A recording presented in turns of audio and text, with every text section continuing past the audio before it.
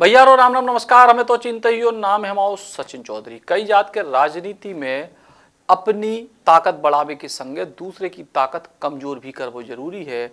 और अगर दूसरे की ताकत कमजोर हो चले तो अपनी ताकत अपने आप बढ़ जाती है।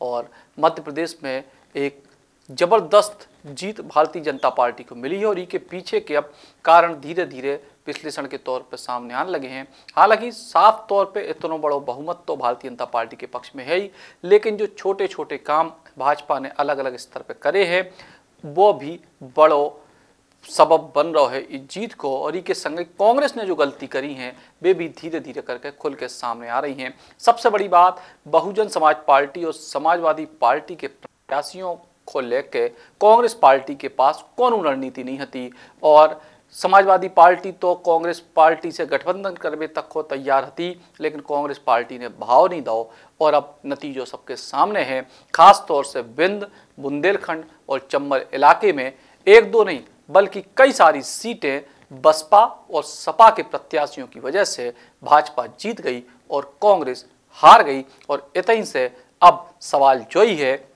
कि कांग्रेस पार्टी ने आखिर इतनी बड़ी चूक अति आत्मविश्वास में करी या बेवकूफी में। सबसे पहले बात करें ग्वालियर चंबल क्षेत्र की, इतने 34 सीटों पे चुनाव होते जिनमें से 7 पे कांग्रेस पार्टी को तीसरे दल की मौजूदगी से हार को सामना करने पड़े।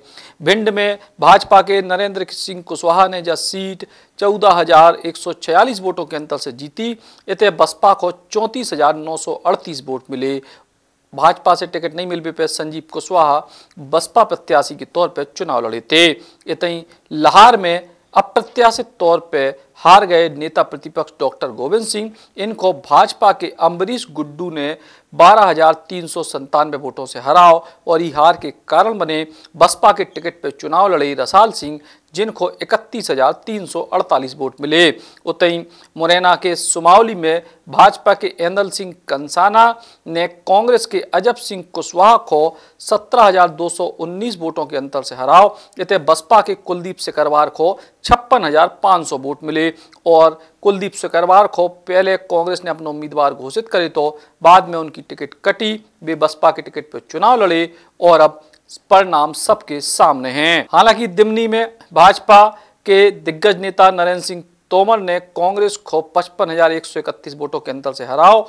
इतने बसपा के प्रत्याशी को ही दूसरे नंबर पर वोट मिले। बलबीर सिंह डंडोटिया 54,676 वोट पाए। कांग्रेस इतने तीसरे नंबर पर हो गई। दतिया जिला की सेवड़ा सीट पर भाजपा के प्रदीप अग्रवाल ने कांग्रेस के घनश्याम सिंह को 2,558 वोटों से हरा दो।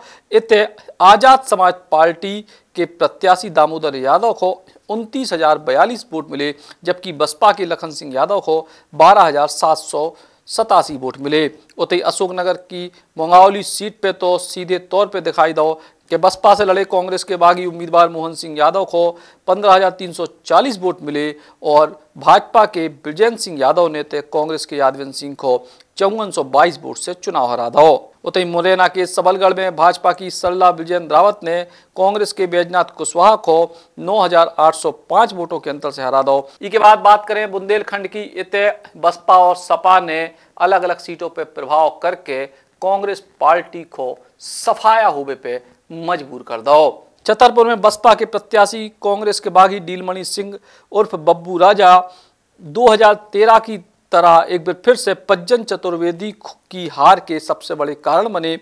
इतने बब्बू राजा बुंदेला को 14,184 वोट मिले और एक वजह से भाजपा की ललिता यादव ने कांग्रेस के आलोक चतुर्वेदी को 6,967 वोटों से चुनाव हरा दो।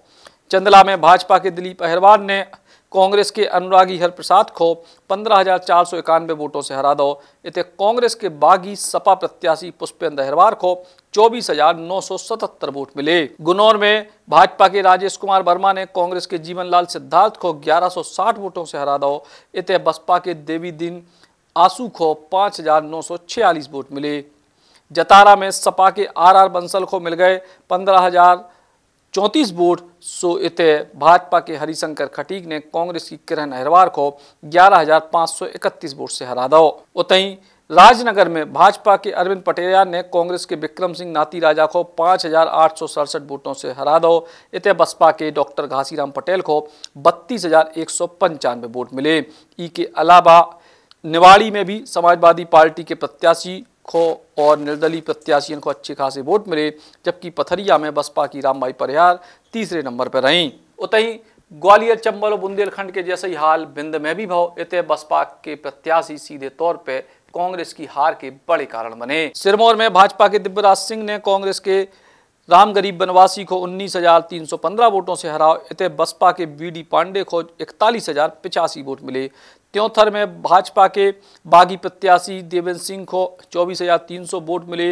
इतने भाजपा के सिद्धार्थ तिवारी ने कांग्रेस के रमाशंकर सिंह को 4,746 वोटों से हरा दो। देवतालाब में निवर्तमान विधानसभा अध्यक्ष गिरीश गौतम ने भतीजे कांग्रेस के पद्मेश गौतम को 24,386 वोटों से हरा।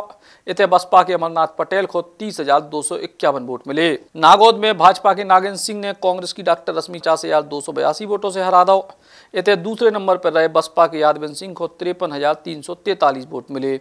चित्रकूट में भाजपा के बागी सुभाष शर्मा डोली को 31,560 वोट मिले। इतने भाजपा के सुरेंद्र सिंह गहरवाल ने कांग्रेस के निरांशु चतुर्वेदी को 7,256 वोट से हरा दो। मानपुर में भाजपा की मीना सिंह ने कांग्रेस के तिलकराज सिंह को 25,265 वोटों के अंतर से हरा दो।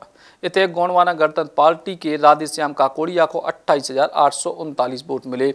और कछु जोई हाल रहो दमोह जिला की जवेरा सीट पे भी इतने गोंडवाना गणतंत्र पार्टी को अच्छे खासे वोट मिले।